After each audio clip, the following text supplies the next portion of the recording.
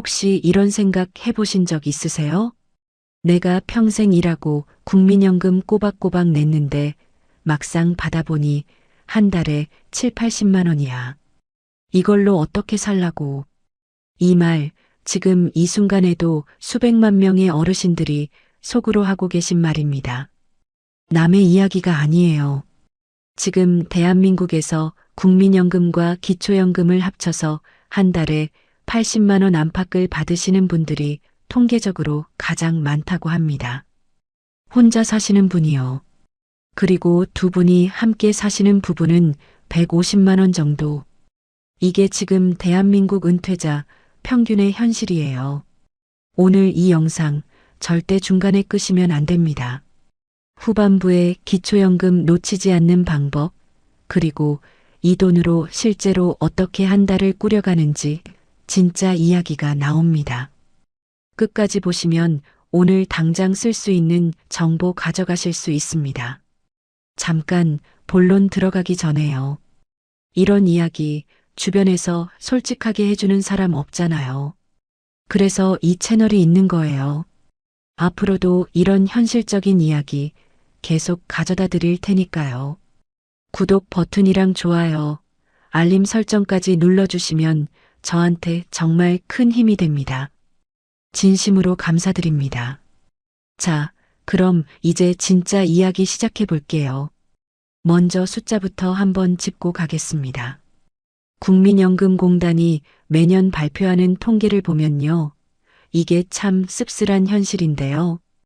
2025년 기준으로 국민연금 노령연금을 받는 분들의 평균 수령액이 한 달에 약 66만 원 정도입니다. 평균이 66만 원이에요. 평균이라는 게 높은 사람, 낮은 사람 다 합쳐서 나눈 숫자잖아요. 그러니까 실제로 40만 원대, 50만 원대 받으시는 분들이 굉장히 많다는 뜻이에요. 그런데 여기서 기초연금이 붙습니다. 기초연금은 만 65세 이상 어르신 중에서 소득과 재산이 일정 기준 이하인 분들께 드리는 건데요. 2025년 기준으로 단독 가구는 한 달에 최대 34만 9천 원, 부부 두 분이 다 받으시면 각각 26만 7천 원씩 합쳐서 53만 4천 원 정도를 받으실 수 있어요.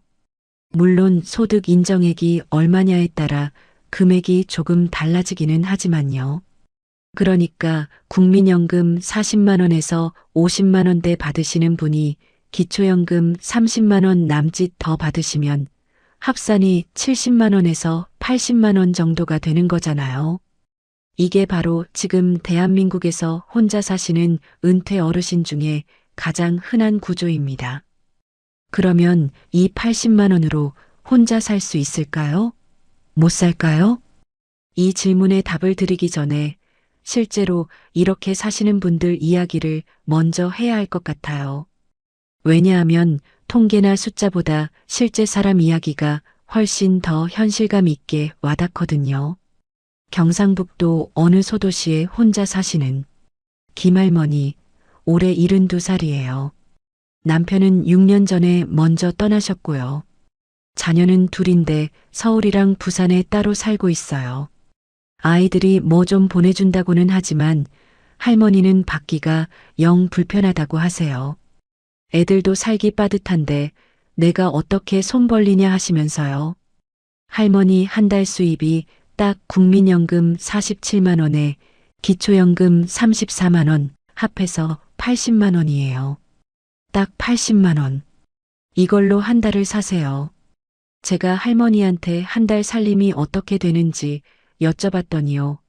이렇게 말씀하시더라고요. 월세가 25만 원이야. 관리비는 3만 원 좀 넘고 전기, 가스 합쳐서 여름, 겨울엔 10만 원 넘게 나오는데 봄, 가을엔 5만 원도 안 나와. 그럼 고정으로 나가는 게 35만 원에서 40만 원 사이야. 남은 게 40만 원이지. 이걸로 밥 먹고 병원 가고 약값 내고 손주들 용돈이라도 찔끔 보태고 하면 한 달이 딱 맞아. 딱 맞는 정도가 아니라 빠듯하지. 할머니가 식비를 어떻게 쓰시는지 여쭤봤더니요. 한 달 식비가 한 15만 원에서 17만 원 정도라고 하세요. 혼자 사시니까 많이 사봤자 남아서 버리게 되고 그러니까 조금씩 자주 사신대요. 시장 가시면 그날 팔다 남은 채소 한 단에 1,000원, 2,000원짜리 찾아서 사오시고요. 단백질은 두부나 달걀 위주로 드신대요. 고기는 한 달에 한두 번 드시는데 그것도 삼겹살 같은 거 말고 닭 다리 3개짜리 한 팩 사다가 2끼로 나눠 드신다고요. 뭐 먹고 싶은 거 없냐고? 있지. 갈비탕 한 그릇 먹고 싶을 때 있어. 그런데 갈비탕이 지금 시내 식당에서 12,000원이더라고. 혼자 앉아서 12,000원 내기가. 그게 그냥 아깝더라. 이 말이 얼마나 마음에 걸리던지요. 그런데 할머니가 한 가지 신기한 말씀을 하셨어요. 나는 80만 원으로도 사는데 왜 어떤 사람들은 못 산다고 하는지 모르겠어. 하시는 거예요. 물론 할머니도 빠듯하다고 하셨지만 그래도 못 산다는 말은 안 하셨어요. 비결이 뭔지 여쭤봤더니 이런 말씀을 하시더라고요. 나는 외상이 없어. 카드 쓰면 이자가 붙잖아. 그거 없어. 그리고 돈 쓸 일 만들지 않아. 친구들이랑 밥 먹으러 나가자, 커피 마시러 가자, 이런 거 자주 하면 돈이 없어. 그런데 한 달에 한 번, 딱 한 번만 친구들이랑 밥 먹어. 그때는 즐겁게 먹지. 그게 다야. 할머니 말씀이 뭔가 되게 단순한 것 같은데 사실은 굉장히 핵심을 짚고 있어요.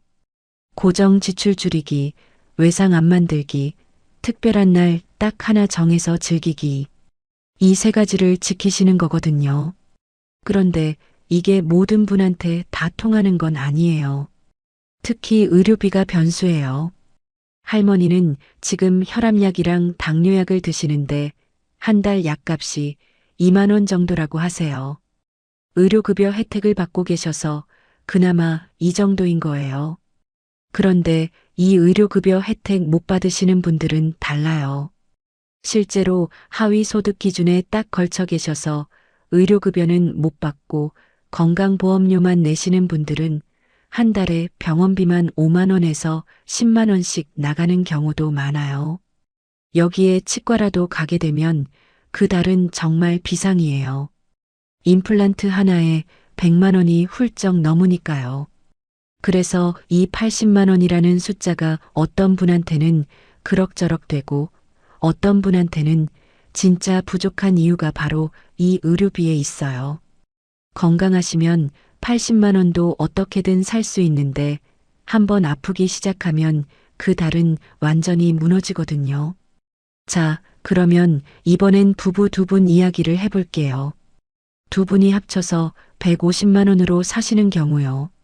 충청북도 어느 작은 읍내에 사시는 이 할아버지, 70살이에요.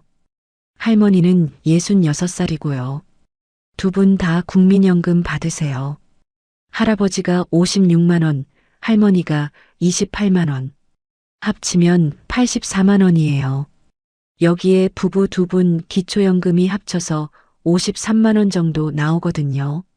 그러면 총 137만 원인데 여기에 할머니가 작은 밭에서 채소 팔아서 한 달에 10만 원에서 20만 원 더 버세요. 그래서 한 달 합산이 150만 원 정도 된다고요. 2분이 150만 원으로 어떻게 사시는지 들어봤어요. 우리는 아파트 아니고 단독주택이야. 오래된 집이지만 내 집이야. 그러니까 월세가 없어. 이게 제일 큰 거야. 재산세 1년에 내는데 그게 그렇게 크지 않아. 공과금이 한 달에 7만 원에서 8만 원 사이고 식비가 둘이니까 25만 원에서 30만 원 정도 돼. 할머니가 텃밭에서 상추, 고추, 감자 같은 거 키우니까 채소는 거의 안 사거든. 그러니까 고정 지출이 35만 원 언저리야. 나머지 110만 원이 남는 거지. 그러면 이 110만 원으로 뭘 하시냐고요? 병원비가 제일 먼저야. 둘 다 약 먹거든. 한 달에 약값이랑 병원비 합쳐서 4만 원에서 5만 원 돼. 그 다음에 명절이나 제사, 이런 데서 쓰는 거 좀 적립해두고. 손주들 용돈, 이것도 빠질 수가 없잖아.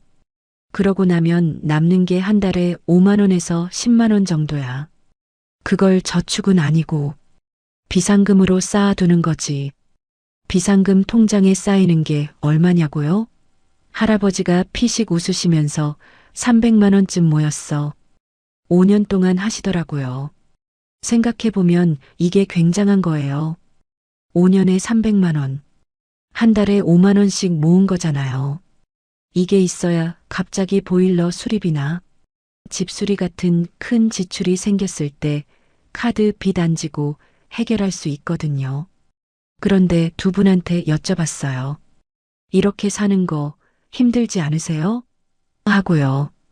할머니가 이렇게 대답하셨어요. 힘들다고 하면 할 말이 없는 건 아닌데. 그런데 우리가 젊었을 때는 이것보다 더 힘들었어. 그때는 아이들 키워야지, 빚 갚아야지, 뭐 해야지. 지금은 그런 게 없잖아. 우리 둘이 밥 먹으면 돼. 그게 어디야? 이 말이 참 인상 깊더라고요. 상대적으로 지금이 더 가볍다는 거잖아요. 책임이 줄었다는 것, 그게 주는 자유로움. 그런데 이 두 분이 가능한 이유 중에 제일 큰 게 뭔지 아세요? 내 집이 있다는 거예요. 월세가 없다는 게 이 모든 걸 가능하게 하는 가장 큰 조건이에요. 반대로 월세가 있는 분들은 어떨까요?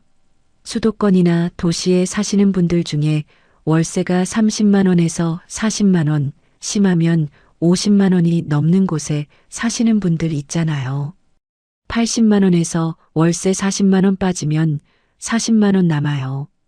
거기서 공과금, 식비, 의료비 내다 보면 진짜 없어요. 한 달이 그냥 없어지는 거예요. 그래서 지금 많은 전문가들이 노후 준비에서 제일 먼저 챙겨야 할 게 주거 안정이라고 하는 거예요. 월세 내는 구조로 노후를 맞으면 연금이 얼마가 됐든 항상 빠듯해요. 자, 그러면 이렇게 80만 원, 150만 원으로 사시는 분들이 공통적으로 하는 것들이 뭔지 좀 정리해서 이야기해 드릴게요. 제가 이분들 이야기를 여러 차례 들어보면서 눈에 띄는 패턴이 있더라고요. 첫 번째로 눈에 띄는 건 식비에서 절대로 쌀은 안 아끼신다는 거예요. 밥만큼은 제대로 먹어야 한다는 게 공통적인 생각이에요.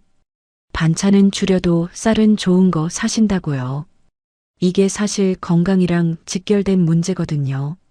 밥을 잘 먹어야 병원을 덜 가게 되니까요. 그래서 역설적으로 식비에서 아끼는 게 장기적으로는 더 비용이 드는 구조가 될 수도 있어요.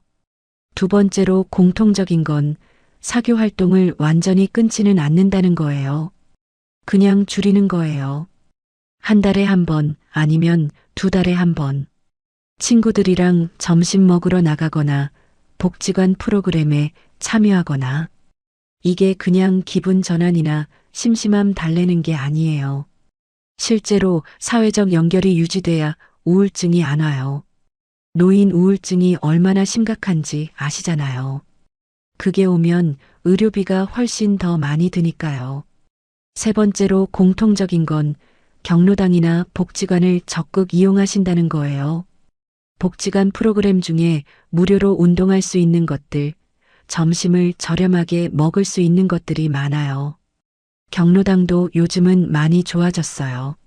냉난방도 되고 거기서 친구들 만나고 점심 같이 먹고 이게 다 공식적으로 지원받는 혜택인데 이걸 모르거나 창피하다고 안 가시는 분들이 생각보다 많아요.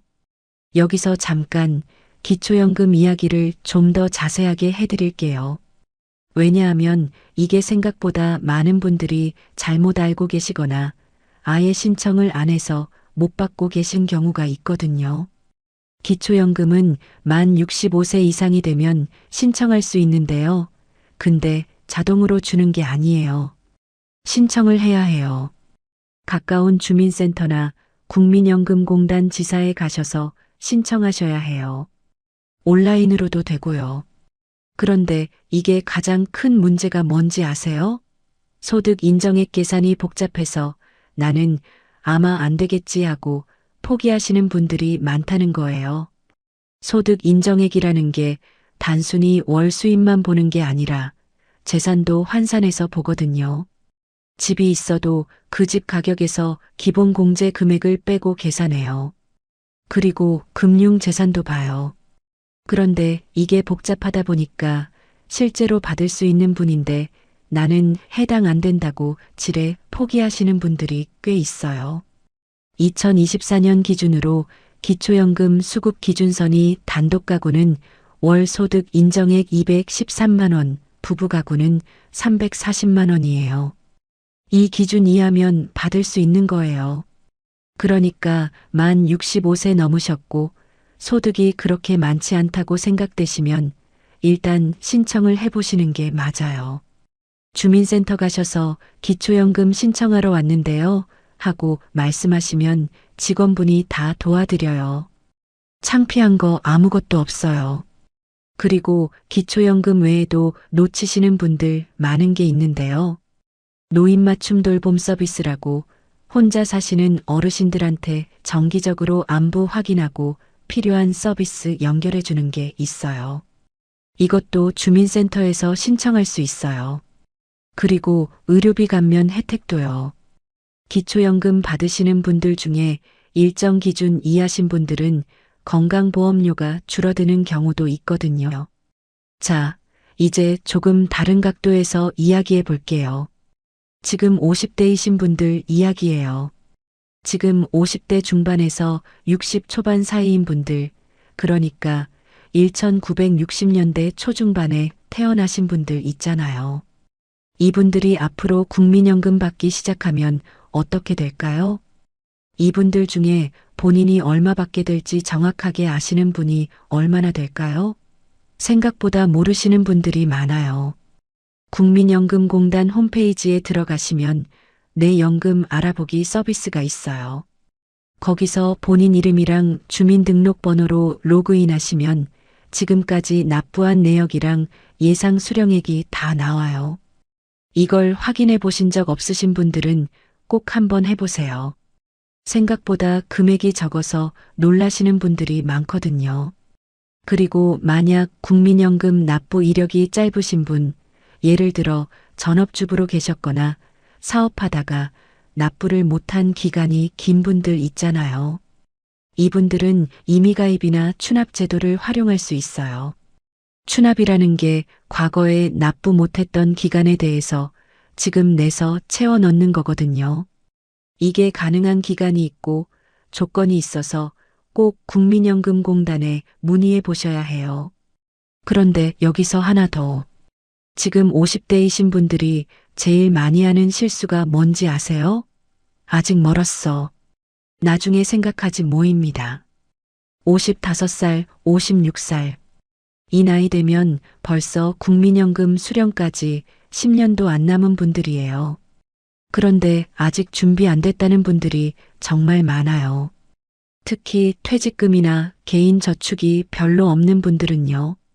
국민연금 받기 전까지의 공백기, 그러니까 퇴직하고 나서 연금 받기 시작하는 몇 년 사이 기간을 어떻게 버티냐가 굉장히 중요한 문제예요. 이 기간에 퇴직금 다 써버리시거나 보험 해약하시거나 자녀한테 손 벌리시는 분들이 많은데요. 이게 나중에 제일 후회하게 되는 부분이더라고요.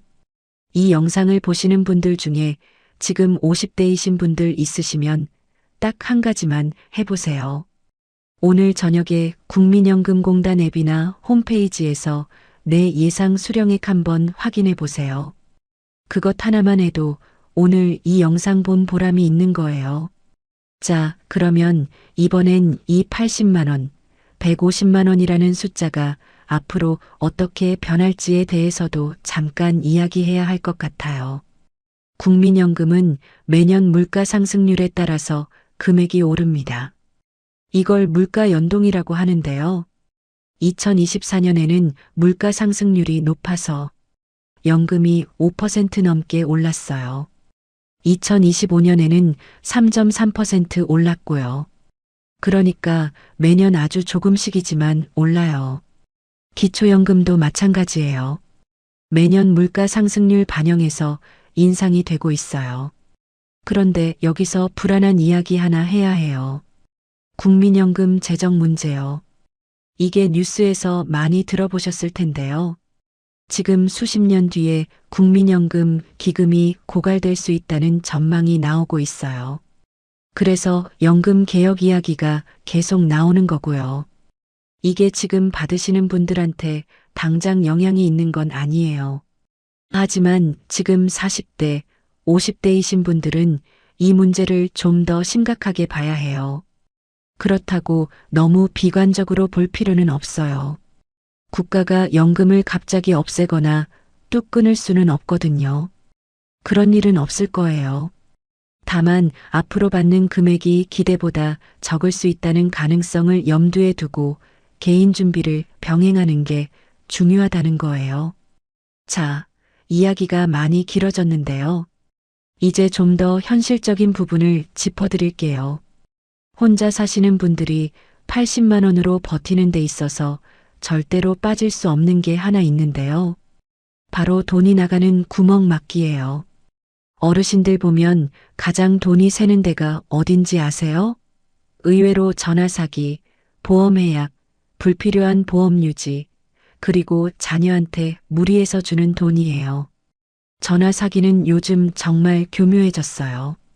검사라고 하고 전화 오고, 금융사기 피해자라고 하고 전화 오고, 이게 아무리 조심해도 순간 당하시는 분들이 있어요. 특히 혼자 계시는 어르신들이 표적이 돼요. 자녀들한테 꼭 당부드려야 하는 부분이에요. 그리고 보험. 젊었을 때 열심히 들어놓은 보험들이 있는데 이게 은퇴 후에 맞는 보험인지 다시 한번 검토가 필요해요. 보험료 내면서도 실제로 쓸 일이 없는 보험이 있는가 하면 반대로 꼭 필요한 실손의료보험은 없는 분들도 있거든요. 무조건 해약이 답이 아니에요. 정리가 필요한 거예요. 그리고 자녀한테 무리해서 돈 쓰는 거요. 이게 참 마음이 아픈 얘긴데요.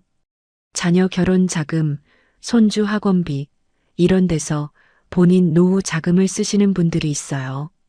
자식 잘 되는 게 기쁜 건 당연하지만 이게 지나치면 나중에 본인이 더 어려워지는 구조가 돼요. 진짜 자녀를 위하는 게 뭔지 알아요? 부모가 경제적으로 자립해 있는 거예요. 부모가 자녀한테 기대지 않아도 되는 상태. 그게 자녀한테 제일 큰 선물이에요.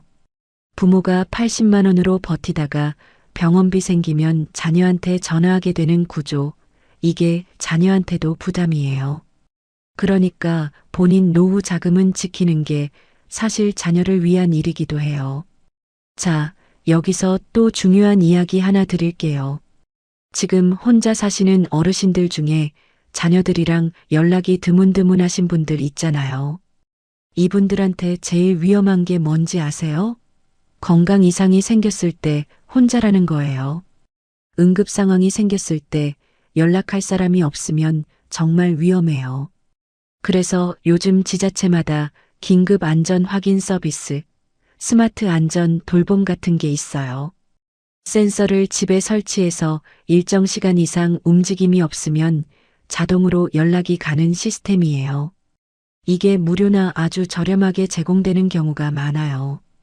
주민센터나 사회복지관에 물어보시면 돼요. 혼자 사신다고 무조건 위험한 게 아니에요. 시스템을 잘 이용하면 돼요. 이게 창피한 게 아니라 지혜롭게 사는 거예요. 이제 돈 이야기에서 조금 벗어나서 이렇게 사시는 분들의 일상이 어떤지도 이야기해 드릴게요. 앞서 말씀드린 김할머니 있잖아요. 80만 원으로 사시는 혼자 계신 분. 하루가 어떻게 돌아가는지 여쭤봤더니 오전 6시에 일어나신대요. 이 시간에 일어나서 뭘 하시냐고요. 집 근처 공원을 한 바퀴 걸으신대요. 30분에서 40분 정도. 이게 공짜잖아요. 운동도 되고 기분도 풀리고 이웃 어르신들 만나서 인사도 하고 이게 하루를 시작하는 루틴이에요. 그리고 복지관에 월수금 가세요. 거기서 노래 교실도 하고 수채화도 배우고 수강료가 한 달에 5천 원이래요.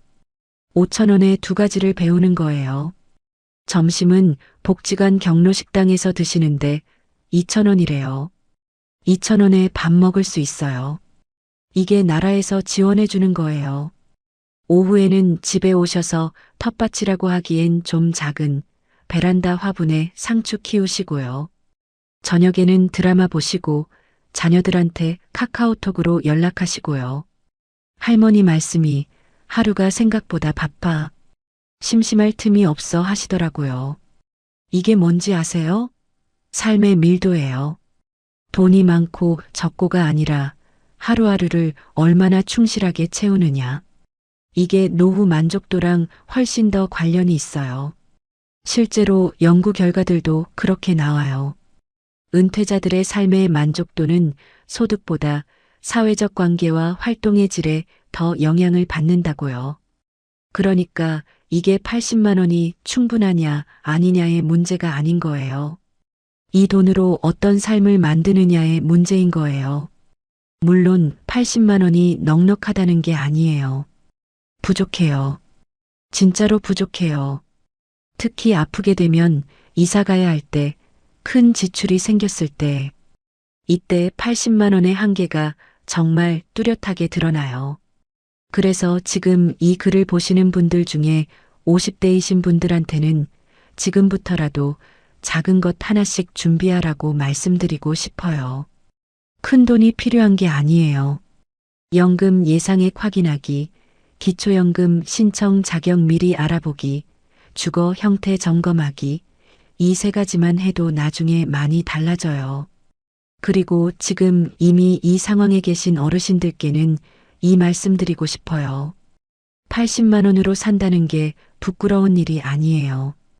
이 나라에서 가장 많은 은퇴자분들이 이 상황에 계시고 그분들 중에 당당하게 하루하루를 사시는 분들이 훨씬 더 많아요. 받을 수 있는 혜택은 다 받으시고 쓸 수 있는 자원은 다 활용하시고 그렇게 하루하루 보내시는 것, 그게 지혜로운 삶이에요. 국민연금공단이나 건강보험공단에 전화하기 어려우시면 자녀한테 부탁하셔도 되고 복지관 선생님한테 부탁하셔도 돼요. 이게 다 나를 위한 일이에요.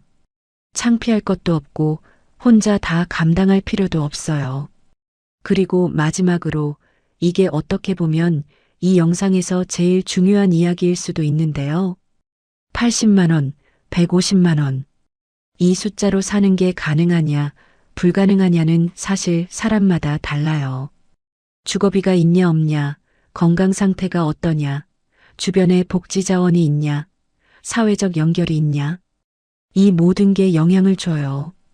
그래서 일률적으로 된다, 안 된다고 말하기가 어려워요. 하지만 한 가지 분명한 건 있어요. 준비한 사람이랑 준비 안 한 사람은 이 숫자를 받았을 때 느끼는 충격이 달라요.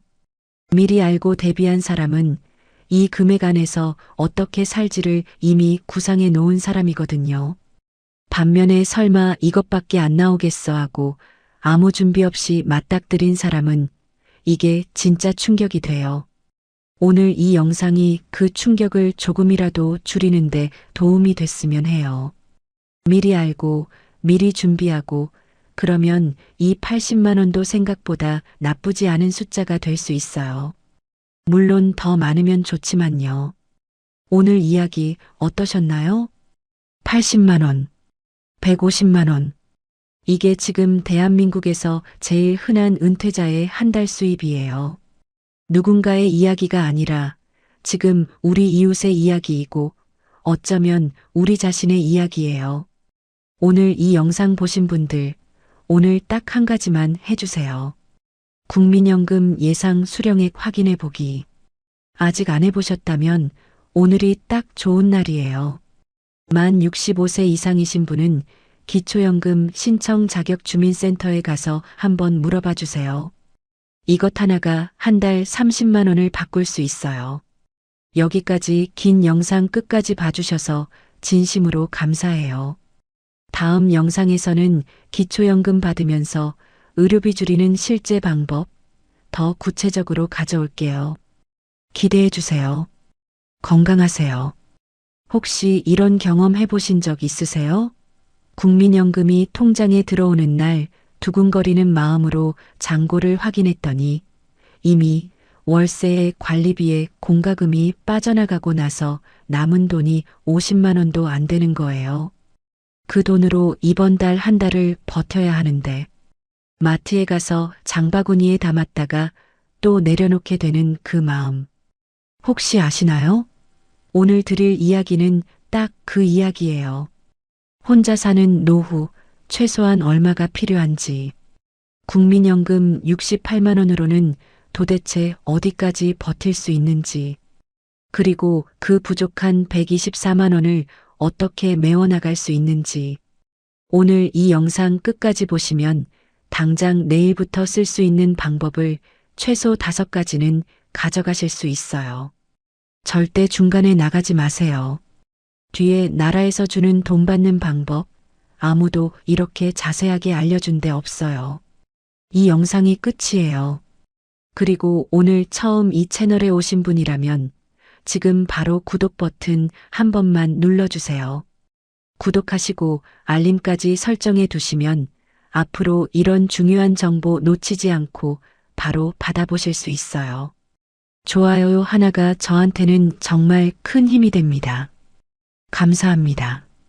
이제 본론으로 들어가 볼게요. 오늘 이 영상을 보고 계신 여러분 중에 혼자 사시는 분이 얼마나 되실까요? 아니면 지금은 같이 살고 있어도 언젠가는 혼자 살게 될 수도 있겠다는 생각 해보신 적 있으세요? 사실 이게 나만의 이야기가 아니에요. 이미 대한민국 전체가 이 방향으로 가고 있거든요. 통계청 자료를 보면 이미 우리나라 전체 가구 중에서 1인 가구의 비율이 33%를 넘어섰어요. 세 집 중에 한 집 이상이 혼자 산다는 얘기예요. 그리고 그 중에서 65세 이상 노인 1인 가구만 따지면 지금 이 순간 전국에 200만 명이 훌쩍 넘어요. 이 숫자가 2020년에 비해서 매년 가파르게 늘고 있어요.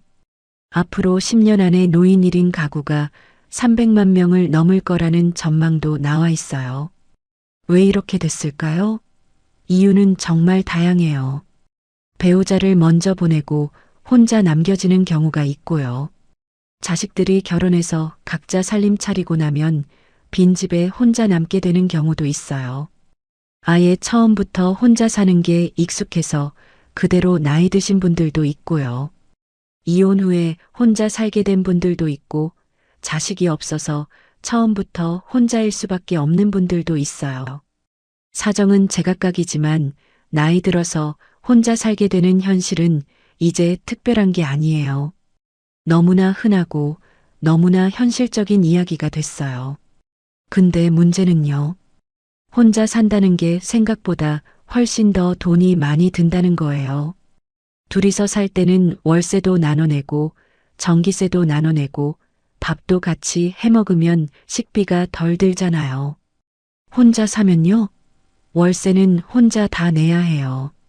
냉장고도 혼자 쓰고 보일러도 혼자 쓰고 인터넷도 혼자 써요. 이 고정 지출이 혼자라고 해서 절반으로 줄어드는 게 아니에요. 오히려 2인 가구보다 1인당 지출이 훨씬 더 커지는 게 현실이에요. 식비도 마찬가지예요. 혼자 장을 보면 적당히 사도 남아서 버리게 되는 경우가 많고 귀찮아서 밖에서 사 먹거나 배달을 시키면 또 훨씬 비싸게 먹히거든요. 어느 쪽이든 2인 가구에서 1인당 드는 식비보다 혼자 사는 게 더 많이 나와요. 그래서 실제 연구 결과가 나왔어요.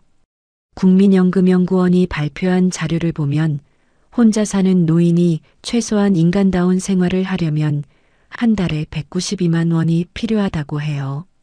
이게 최소예요. 기본 중에 기본이에요. 여행 가고 외식하고 취미생활 즐기는 거 다 빼고요. 그냥 밥 먹고 집에서 지내고 아프면 병원 가고 최소한의 생필품 사는 수준이 192만 원이에요. 이 숫자 기억해 두세요. 적정 생활비는 얼마냐고요? 이건 220만 원이에요. 그냥 사는 게 아니라 조금 여유 있게 가끔 외식도 하고 명절에 손주들 용돈도 주고 취미 생활도 조금 즐기는 수준이요. 자, 그럼 현실을 딱 놓고 볼게요. 국민연금 평균 수령액이 얼마예요? 68만 원이에요. 68만 원. 이게 한 달 평균이에요. 최소 생활비 192만 원에서 68만 원 빼면 얼마가 나와요? 124만 원이에요. 매달 124만 원이 어디선가 더 나와야 해요. 저축해 놓은 거에서? 자식들한테서? 아니면 그냥 덜 먹고 덜 쓰고 버티는 거예요? 이 124만 원이라는 숫자, 저는 이게 그냥 숫자가 아니라고 생각해요. 이건 지금 이 순간 전국 어딘가에서 혼자 사는 어르신들이 매달 마주하는 공포예요. 이번 달은 어떻게 버티나 다음 달은 어떻게 하나 이 생각을 매달 반복하는 거잖아요. 그게 너무 마음이 아파서 오늘 이 영상을 만들었어요. 192만 원이라는 최소 생활비, 실제로 어떻게 구성되는지 한번 들여다볼게요. 이 돈이 어디로 빠져나가는지 알아야 대처도 할 수 있잖아요. 서울이나 수도권 기준으로 방 한 칸 월세가 최소 40만 원에서 50만 원이에요. 요즘 빌라 원룸이 45만 원 아래로는 찾기가 쉽지 않아요. 거기에 관리비가 5만 원 내외, 전기세, 가스비, 수도세 합쳐서 겨울엔 15만 원에서 20만 원이 나와요. 여름에 에어컨 좀 틀면 또 그 정도 나오고요. 통신비가 기본 3만 원에 인터넷 요금까지 합치면 5만 원 내외. 이것만 합쳐도 70만 원에서 80만 원이에요. 아직 밥도 안 먹었는데요. 식비는요? 혼자 아껴서 먹어도 한 달에 50만 원에서 60만 원은 나와요. 마트 가서 채소 사고, 계란 사고, 국거리 사고, 가끔 생선이나 고기 조금 사고요. 과일은 건강 생각해서 챙겨 드시려고 해도 요즘 물가가 워낙 올라서 예전만큼 못 사시는 분들이 많아요. 사과 한 봉지에 15,000원, 수박 하나에 2만 원이 넘는 세상이잖아요. 그러다가 가끔 밖에서 사 먹거나 편의점 도시락이라도 사 먹으면 금방 60만 원이 훌쩍 넘어요. 의료비가 또 문제예요. 나이 들면 병원을 안 갈 수가 없잖아요. 고혈압, 당뇨, 관절염, 골다공증. 한 가지씩은 다들 갖고 계시잖아요. 한 달에 2번 병원 가고 약값까지 합치면 20만 원에서 30만 원은 기본이에요. 건강보험이 있어도 본인 부담이 있거든요. 특히 치과, 안과, 한의원 같은 데는 보험이 잘 안 되니까 이가 아프거나 눈이 침침해서 안경을 맞춰야 하거나 하면 한 번에 수십만 원이 훅 빠져나가요. 교통비도 있어요. 어디 나가려면 버스 타야 하고 무릎이 아프거나 비가 오면 택시도 타야 해요. 65세 이상이면 버스나 지하철을 무료로 타실 수 있는데 그래도 택시비나 가끔 기차 타는 비용은 한 달에 5만 원에서 10만 원은 잡아야 해요. 생필품도 있어요. 세제, 샴푸, 치약, 휴지 이런 것들 조금씩 사다 보면 한 달에 3, 40만 원은 들어요. 옷도 가끔은 사야 하고 소소한 경조사도 있고요. 이것들 다 더해보면 190만 원에서 200만 원이 훌쩍 넘어요. 이게 최소예요. 이게 욕심 부리는 게 아니에요. 그냥 살아가는 거예요. 이제 실제 사례를 한 분 소개해 드릴게요. 이름은 가명으로 이순자 씨라고 할게요. 올해 66이세요. 경기도 구리시에 있는 작은 빌라 방 한 칸에 혼자 살고 계세요. 남편은 5년 전에 갑자기 심장마비로 먼저 가셨고요. 아들은 부산에 있고 딸은 캐나다에 있어요. 자주 연락은 오지만 옆에 있는 건 아니에요. 명절에 오면 반갑고 갔다 나면 그 빈자리가 더 커요. 이순자 씨의 한 달 살림을 같이 들여다볼게요. 월세가 45만 원이에요. 서울 근교에서 방 한 칸 빌리는데 이게 최소예요. 관리비가 5만 원, 전기가스수도 합쳐서 겨울엔 16만 원이 나왔어요. 통신비 3만 원, 인터넷 1만 5천 원. 이것만 더해도 벌써 70만 원이 넘어요. 식비는 55만 원 나왔어요. 아껴 먹으려고 하는데 혼자 장 보다 보면 자꾸 남아서 버리게 되고 그게 또 마음이 아파요. 가끔은 그냥 편의점 도시락 사 먹을 때도 있어요. 그게 한 끼 4천 원, 5천 원이니까 하루에 사 먹으면 만 원은 넘어가요. 의료비는 22만 원이 나왔어요. 고혈압이랑 무릎 연골이 닳아서 한 달에 2번 병원을 가거든요. 약값까지 합치면 그 정도예요. 지난달엔 이가 아파서 치과를 갔더니 한 번에 12만 원이 나왔어요. 보험이 하나도 안 되는 치료를 해야 해서요. 교통비 7만 원, 생필품이랑 기타 잡비 35만 원. 이걸 다 더하면 237만 원이에요. 근데 통장에 들어오는 돈은요? 국민연금 68만 원에 남편 유족연금 조금 해서 총 72만 원이에요. 매달 165만 원이 부족한 거예요. 이 돈은 남편 사망 후에 받은 보험금이랑 퇴직금에서 빼서 쓰고 있어요. 처음엔 2,400만 원이 있었는데 5년이 지나니까 이제 700만 원도 안 남았어요. 이 돈 다 떨어지면 그 다음엔 어떻게 해야 하나.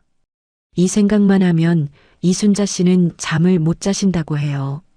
새벽에 깨서 천장 바라보면서 계산기 두드리는 거예요. 이게 이분이 특별히 낭비를 많이 한 게 아니에요. 사치를 부린 것도 아니에요. 그냥 살아가는 것만으로 이 돈이 나가는 거예요. 이 이야기 낯설지 않으시죠? 여러분 주변에 한 분쯤은 꼭 있을 이야기예요. 어쩌면 지금 이 영상 보시는 분 본인 이야기일 수도 있고요. 자, 이제 가장 중요한 이야기를 드릴게요. 이 상황에서 어떻게 하면 될까요? 막막하게만 느껴지실 수 있는데 사실 생각보다 모르는 분들이 많은 지원금과 방법들이 있어요. 정부에서 주는 돈 챙겨야 받는 거예요.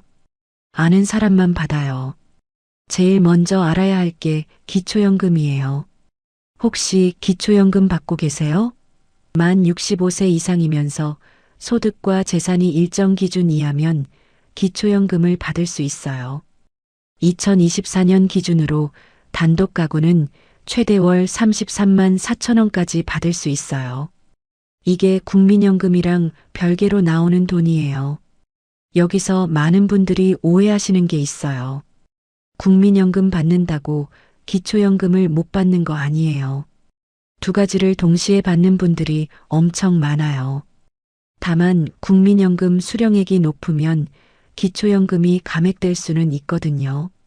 근데 대부분의 1인 가구 어르신들은 국민연금 수령액이 많지 않으니까 기초연금을 다 받거나 대부분 받을 수 있는 경우가 훨씬 더 많아요.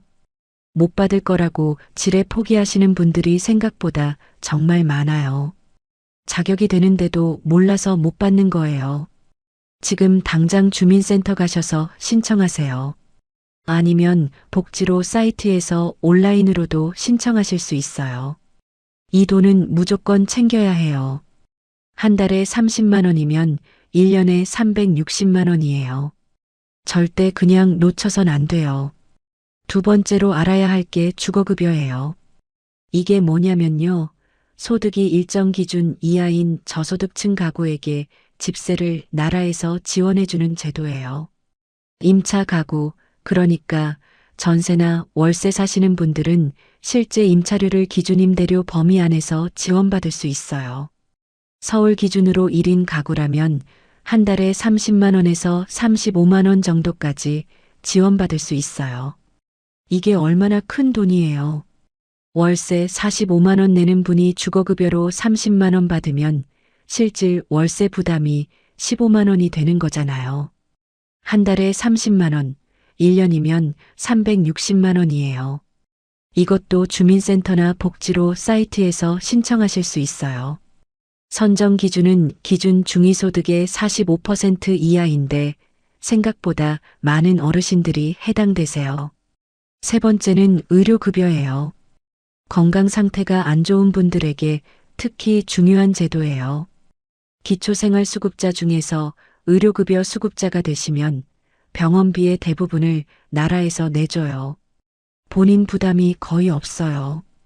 만성질환으로 병원을 자주 다니셔야 하는 어르신들에게 이게 얼마나 큰 도움인지 몰라요.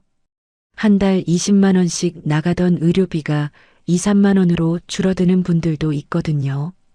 의료급여 수급자가 되려면 소득 인정액이 기준 중위소득의 40% 이하여야 해요. 기초연금보다는 조건이 까다롭기는 해요. 하지만 해당되시는 분이라면 이건 무조건 챙기셔야 하는 혜택이에요. 네 번째, 많은 분들이 정말 모르시는 게 있어요. 에너지 바우처예요. 겨울철 에너지 취약계층에게 전기, 가스, 등유 같은 에너지 구입에 쓸 수 있는 바우처를 주는 제도예요. 1인 가구 기준으로 겨울엔 12만 원에서 15만 원 정도를 받을 수 있어요. 여름 냉방 에너지 바우처도 있어요. 겨울에 가스비 걱정 많이 하시는 분들, 여름에 에어컨 못 트는 분들에게 정말 유용한 제도예요. 이것도 주민센터에서 신청하시면 돼요. 기초생활수급자나 차상위계층 어르신들이 주로 받으실 수 있어요. 다섯 번째, 노인 맞춤 돌봄 서비스예요. 이게 뭐냐면요. 혼자 사시는 어르신들에게 사회서비스 제공자가 직접 방문해서 말동무도 해주고 안전 확인도 해주고 일상 지원도 해주는 서비스예요. 돈이 드는 게 아니에요. 무료로 받으실 수 있어요. 이것도 읍면동 주민센터에서 신청하시면 돼요. 만 65세 이상 독거 어르신이라면 신청하실 수 있어요. 이 5가지 지원제도 다 알고 계셨나요? 사실 이게 다가 아니에요. 지자체마다 추가로 제공하는 복지 서비스들이 또 있거든요. 경로당 무료 급식, 노인 무료 건강검진, 치매 안심센터 무료 이용, 노인 여가 프로그램. 이걸 다 활용하시면 매달 체감 지출이 30만 원에서 50만 원까지 줄어드는 분들도 있어요. 몰라서 못 받는 게 진짜 손해예요. 이순자 씨 이야기로 돌아가 볼게요. 이순자 씨는 사실 이런 지원 제도가 있다는 걸 처음엔 몰랐어요. 혼자 집에만 계시다가 어느 날 동네 경로당에 나갔는데 거기서 사회복지사 선생님을 만나게 됐대요. 그분이 이순자 씨 이야기를 들어보더니 이것저것 신청할 게 있다고 도와주셨대요. 기초연금은 이미 받고 있었는데 주거급여는 몰라서 신청을 안 하고 있었던 거예요. 주거급여 신청하고 나서 한 달에 27만 원이 지원됐어요. 노인 맞춤 돌봄 서비스도 신청해서 이제는 일주일에 2번 선생님이 와서 같이 이야기도 나누고 어떤 날은 장 보러 같이 가주기도 해요. 에너지 바우처도 받아서 지난 겨울엔 가스비 부담이 확 줄었고요. 이것저것 합치고 나니까 매달 부족하던 돈이 50만 원 가까이 줄어들었어요. 아직 부족한 건 맞아요. 근데 예전보다는 훨씬 나아졌어요. 이순자 씨 말씀이 이걸 좀 더 일찍 알았으면 좋았을 텐데 하고 아쉬워하셨어요. 그래서 제가 이 영상 만드는 거예요. 몰라서 못 받는 일 없어야 하잖아요. 이제 집 이야기를 해볼게요. 주거 문제가 노후에 가장 크게 다가오거든요. 지금 자가주택이 있으신 분들은 상대적으로 사정이 나은 편이에요. 월세가 안 나가니까요. 근데 집 한 채 있다고 해서 모든 게 해결되는 건 아니에요. 집은 있는데 현금이 없는 분들이 정말 많잖아요. 이른바 하우스 푸어인 거죠. 집에 돈이 묶여 있는 거예요. 나는 2억짜리 집에 살면서 정작 이번 달 반찬값이 없는 거예요. 이런 분들에게 진지하게 고려해 보셨으면 하는 제도가 주택연금이에요. 주택연금이 뭐냐면요. 집을 담보로 맡기고 죽을 때까지 매달 일정 금액을 연금 형태로 받는 제도예요. 한국주택금융공사에서 운영해요. 집을 팔지 않아도 돼요. 그 집에서 계속 살면서 매달 돈을 받을 수 있어요. 예를 들어 집 가격이 3억 원이고 만 65세에 신청하면 한 달에 70만 원 가까이 받을 수 있어요. 집값이 5억 원이면 한 달에 120만 원 이상을 받을 수 있어요. 국민연금 68만 원의 주택연금을 더하면 생활이 훨씬 나아지죠. 이 두 가지만 합쳐도 최소 생활비에 훨씬 가까워지거든요. 죽은 다음에 집은 어떻게 되냐고 걱정하시는 분들이 있는데요. 돌아가시고 나면 집이 한국주택금융공사에 넘어가요. 근데 그 전에 받은 연금 금액의 합산보다 집값이 더 높으면 그 차액은 상속인들에게 돌아와요. 자식들한테 집을 물려주기보다 내가 살아있는 동안 내 삶을 풍요롭게 사는 게 더 중요하다 싶으신 분들이라면 충분히 고려해 볼 만한 제도예요. 집 한 채가 마냥 짐이 되는 게 아니라 내 노후를 지탱하는 자산이 되는 거니까요. 반대로 집이 아예 없고 전세나 월세 사시는 분들은 공공임대주택을 적극적으로 알아보시길 권해드려요. 노인복지주택, 고령자 복지주택이라고 해서 어르신들을 위한 공공임대 아파트가 전국 각지에 계속 늘어나고 있어요.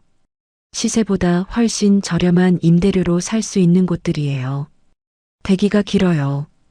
1년에서 2년씩 기다려야 하는 경우도 있어요. 근데 들어가고 나면 주거비 부담이 확 줄어드는 경우가 많아요. 지금 당장 LH 청약센터나 주민센터에 가서 대기 신청부터 해두세요. 기다리는 동안에라도 준비해 두는 거예요. 최근에는 노인 공유주거라는 개념도 생겨나고 있어요. 비슷한 처지의 어르신 두세 분이 같이 넓은 집에 사는 거예요. 각자 방은 따로 쓰면서 거실이랑 부엌은 같이 쓰는 거죠. 그러면 주거비가 절반 이하로 줄어들어요. 게다가 혼자 살 때보다 외롭지가 않아요. 밥도 같이 해 먹을 수 있고 서로 안전도 챙겨줄 수 있고요. 아직 우리나라에서는 많이 활성화된 모델은 아니지만 핀란드나 덴마크 같은 복지 선진국에서는 이미 오래전부터 정착된 문화예요. 앞으로 우리나라에서도 이 흐름이 빠르게 퍼질 거예요. 이제 소득 이야기를 해볼게요. 지출을 줄이는 것도 중요하지만 수입을 조금이라도 늘리는 것도 중요하거든요. 노인 일자리 사업 들어보셨죠? 보건복지부에서 운영하는 건데요. 만 60세 이상 어르신들이 참여할 수 있는 다양한 일자리예요. 크게 나누면 공익형, 사회서비스형, 시장형이 있어요. 공익형은 제일 참여하기 쉬워요. 공원 청소, 학교 주변 어린이 안전 지킴이, 문화재 안내, 공공시설 도우미, 이런 활동들이에요. 월 27만 원 내외를 받아요. 큰 돈은 아니에요. 근데 이게 돈만 주는 게 아니에요. 몸을 쓰고 사람들 만나고 뭔가 일을 한다는 느낌이 있어요. 그게 노후에 얼마나 중요한지 몰라요. 집에만 있으면 몸도 마음도 빨리 늙거든요. 사회서비스형은 조금 더 전문성이 필요해요. 요양보호 보조, 독거노인 방문, 어린이집 보조, 도서관 사서 보조 같은 일들이에요. 여기는 한 달에 50만 원에서 60만 원을 받는 경우도 있어요. 전문 자격증이 있으시면 더 좋고요. 시장형은 직접 수익을 만드는 활동이에요. 공동 작업장에서 공예품 만들기, 식품 가공, 카페 운영 보조 같은 활동들이에요. 열심히 하면 시장형에서 더 많이 버실 수도 있어요. 이거 신청하려면 주민센터나 지역 시니어 클럽에 가시면 돼요. 매년 1월에서 2월 사이에 모집하는 경우가 많으니까 연초에 알아보시는 게 중요해요. 경쟁이 있기는 한데 매년 사업 규모가 늘고 있어서 많은 분들이 참여하실 수 있어요. 그리고 요즘은 스마트폰이랑 인터넷만 있으면 할 수 있는 수입 활동들도 있어요. 유튜브 채널 운영이 그 중 하나예요. 직접 경험한 이야기, 요리 레시피, 원예 취미, 손자 손녀 키우는 이야기, 젊은 날 여행 경험, 이런 것들을 영상으로 올리는 어르신 유튜버분들이 실제로 있어요. 처음엔 조회수가 얼마 안 되지만 꾸준히 하면 구독자가 늘어나고 광고 수입이 생기는 경우가 많아요. 진짜 이야기, 진짜 경험이 요즘 시대엔 더 먹히거든요. 블로그 쓰시는 분들도 있어요. 네이버 블로그에 여행기, 음식 이야기, 건강관리 경험, 노후 생활 팁 같은 걸 꾸준히 올리면 광고 수입이 조금씩 생겨요. 많지는 않아도 한 달에 5만 원, 10만 원이라도 생기면 그게 어디예요? 중고 물품 판매도 방법이에요. 집에 있는 쓰지 않는 물건들을 당근마켓이나 번개장터 같은 앱에서 파는 거예요. 처음엔 낯설지만 자식들이나 손주들한테 도움받아서 한두 번만 해보면 금방 익숙해져요. 옷장 정리하면서 안 입는 옷 팔고, 안 쓰는 가전 팔고, 책 팔고 하다 보면 한 달에 몇만 원씩은 생겨요. 재능 나눔 플랫폼 같은 곳에서 내가 잘하는 것을 팔 수도 있어요. 요리 잘하시는 분은 반찬 만들어서 동네에 팔거나, 글씨 잘 쓰시는 분은 캘리그래피 강습을 하거나, 뜨개질 잘하시는 분은 손뜨개 작품을 팔거나, 이런 소소한 수입들이 모이면 한 달에 50만 원, 많으면 100만 원 가까이도 만들 수 있어요. 그냥 아이디어 차원의 이야기가 아니에요. 실제로 이렇게 하시는 어르신들이 제 주변에도 있어요. 처음엔 다들 내가 무슨 유튜브야라고 하셨는데 반년이 지나고 1년이 지나고 나니까 조금씩 수입이 생기더라고요. 시작이 어렵지, 해보면 생각보다 할 수 있는 게 많아요. 이제 건강 이야기를 꼭 드려야겠어요. 노후의 건강이 왜 중요한지는 다들 아시잖아요. 근데 제가 드리고 싶은 건 거기서 한 발 더 나아간 이야기예요. 건강이 곧 돈이에요. 진짜로요. 아프기 시작하면 돈이 얼마나 많이 나가는지 아세요? 큰 병 한 번 걸리면 치료비가 수백만 원, 수천만 원이 나가는 경우도 있어요. 건강보험이 있어도 본인 부담이 상당해요. 거기다 회복하는 동안 아무것도 못하잖아요. 소득 활동도 못하고, 가사도 못하고, 정신도 약해지고, 가족들한테 부담이 가기 시작하면 그게 또 마음의 짐이 되고요. 그래서 건강관리가 노후 재정관리예요. 이게 진짜예요. 매달 10만 원 아끼는 것보다 큰 병 한 번 안 걸리는 게 훨씬 더 많은 돈을 지키는 거예요. 가장 기본이 되는 건 꾸준한 걷기예요. 동네 공원에서 매일 30분에서 1시간 걷는 것만으로도 심혈관 건강이 크게 달라진다는 연구 결과가 많아요. 돈 하나도 안 들어요. 운동화 하나면 충분해요. 이게 쌓이면 혈압약 줄어들고 당뇨약 줄어들고 그게 다 돈이에요. 그리고 걷다 보면 기분도 좋아지고 밥도 맛있게 먹히고 잠도 잘 자지거든요. 이 세 가지만 잘 돼도 몸이 훨씬 좋아져요. 두 번째는 정기 건강검진이에요. 국가암 검진이랑 건강검진을 꼭 받으세요. 무료로 받으실 수 있어요. 1년에 한 번씩 해주는 건강검진을 빼먹는 분들이 생각보다 많아요. 귀찮아서, 무서워서, 별거 아니겠지 싶어서. 근데 이게 얼마나 아깝고 위험한 건지 몰라요. 암 초기에 발견하면 치료비가 수십만 원이에요. 늦게 발견하면 수천만 원이 들어요. 조기 발견이 생명을 살리는 동시에 가족의 재산을 지키는 거예요. 세 번째는 마음 건강이에요. 혼자 사시는 분들이 제일 힘들어 하시는 게 외로움이에요. 이 외로움이 오래되면 우울증이 오고, 우울증이 오면 면역력이 떨어지고 몸도 따라서 나빠지는 게 의학적으로 밝혀진 사실이에요. 이게 다 연결되어 있어요. 그래서 사람을 만나는 게 진짜 중요해요. 경로당, 복지관, 종교시설, 동네 주민 모임, 어디든 좋아요. 일주일에 한 번이라도 밖에 나가서 사람 얼굴 보고 이야기 나누는 게 의료비를 줄이는 방법이에요. 사람이 사람을 살리거든요. 전화를 자주 하는 것도 좋아요. 자식한테도 하고, 오래된 친구한테도 하고, 동생한테도 하고, 먼저 전화하기가 왠지 미안하다, 패 끼치는 것 같다 하시는 분들이 있는데 전혀 그렇지 않아요. 오히려 먼저 연락하면 반가워해요. 요즘은 스마트폰으로 영상 통화도 쉽게 되니까 가끔 얼굴 보면서 이야기 나누는 것만으로도 마음이 많이 달라져요. 취미를 갖는 것도 정말 중요해요. 돈 드는 취미 말고요. 집에서 화분 키우기, 그림 그리기, 글쓰기, 유튜브 보기, 책 읽기, 라디오 듣기, 이런 것들이 뇌를 활발하게 해주고 치매 예방에도 도움이 된다고 해요. 심심하지 않으면 과식도 줄어들고 충동 소비도 줄어들어요. 마음이 채워지면 물질로 채우려는 욕구가 줄어드는 게 사람이에요.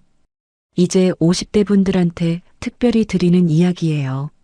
아직 노후가 멀었다고 생각하시는 분들, 지금부터가 진짜 제일 중요한 시기예요. 50대는 아직 경제 활동을 하고 계신 분들이 많잖아요. 이 시기에 준비하지 않으면 나중에 이순자 씨처럼 되는 거예요. 반대로 이 시기에 잘 준비해 두면 60대, 70대에 훨씬 여유로워질 수 있어요.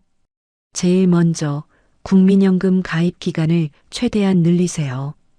국민연금은 납부한 기간이 길수록 더 많이 받아요. 지금 납부하고 있다면 계속 유지하세요. 혹시 중간에 끊겼거나 임해 가입이 가능한 상황이라면 지금이라도 다시 시작하는 게 좋아요. 임해 계속 가입 제도도 있어요. 60세 이상이어도 최대 65세까지 계속 납부할 수 있는 제도예요. 납부 기간을 늘려서 더 많이 받을 수 있어요. 두 번째, 개인연금을 지금 시작하세요. 연금저축펀드나 IRP 계좌를 통해서 세액공제도 받고 나중에 연금으로 받을 수 있는 돈을 미리 쌓아두는 거예요. 50대라도 10년 이상 납부하면 나중에 충분히 의미 있는 수령액이 생겨요. 세액공제도 받으니까 당장 절세 효과도 있어요. 세 번째, 지금 살고 있는 집, 생활비에 맞게 조정해 보는 것도 고려해 보세요. 자식들이 독립하고 나서 넓은 집에 둘이 혹은 혼자 계신 분들이 많잖아요. 그 집을 조금 작은 곳으로 옮기고 남은 돈을 노후 자금으로 굴리는 방법도 있어요. 다운사이징이라고 하는데 이게 단순히 집 줄이는 게 아니에요. 삶을 재정비하는 거예요. 공간이 줄어드는 대신 삶의 여유가 생기는 거니까요. 네 번째, 가족이랑 노후에 대해 솔직하게 이야기 나눠보세요. 우리나라 분들이 돈 이야기, 노후 이야기를 가족 사이에서 잘 못하시는 경우가 많아요. 근데 이게 미리 나눠져 있어야 나중에 서로 당황하지 않아요. 나는 나중에 이렇게 살고 싶다. 이 정도 비용이 들 것 같다. 이런 이야기를 자식들이랑 한 번쯤은 해두셔야 해요. 가족이 다 해결해 줄 순 없지만 서로 상황을 알고 있으면 뭔가를 같이 생각해 볼 수 있잖아요. 지금 70대, 80대 어르신들도 너무 늦었다고 생각하지 마세요. 지금 당장 주민센터 가셔서 내가 받을 수 있는 지원이 뭔지 물어보는 것부터가 시작이에요. 아는 게 힘이에요. 모르면 못 받는 거예요. 오늘 이 영상 보셨으면 내일 주민센터 가보세요. 진짜로요. 전화 한 통이면 돼요. 혼자 가기 어려우시면 가까운 자식이나 동네 분한테 부탁하셔도 돼요. 우리 주변엔 생각보다 도움 주고 싶은 사람들이 많아요. 혼자 산다는 게 무섭고 외로운 것만은 아니에요. 나 자신을 위해 선택할 수 있는 자유이기도 해요. 내가 먹고 싶은 걸 먹고, 내가 자고 싶을 때 자고, 내 페이스대로 하루를 살아가는 것. 그 자유를 제대로 즐기기 위해서는 기본적인 경제적 안정이 필요해요. 그리고 그 안정은 지금 아는 것부터 시작돼요. 이순자 씨 기억하세요?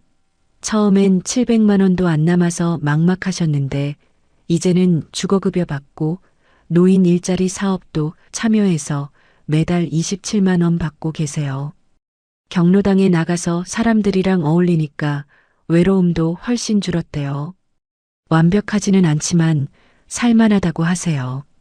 그리고 그 살만하다는 말이 저한테는 정말 다였어요. 오늘 이야기 어떠셨어요? 숫자들이 좀 무겁게 느껴지셨을 수도 있어요. 192만 원, 68만 원, 124만 원. 이 숫자들이 현실이에요. 근데 이 현실을 외면한다고 해서 바뀌는 건 없어요. 오히려 알고 준비하는 사람이랑 모르고 있다가 맞닥뜨리는 사람 사이에는 나중에 엄청난 차이가 생겨요. 여러분은 오늘 이미 알게 됐어요. 그게 시작이에요. 오늘 당장 딱 하나만 해보세요. 주민센터에 전화 한 통, 기초연금 신청 여부 확인, 주거급여 자격 조회. 딱 하나만요. 오늘 영상에서 하나라도 건져가셨다면 그걸로 충분해요. 다음 영상에서는 노후에 받을 수 있는 정부 지원금을 더 자세하게 사례별로 정리해 드릴게요. 기대해 주세요. 오늘도 끝까지 함께 해주셔서 진심으로 감사드립니다.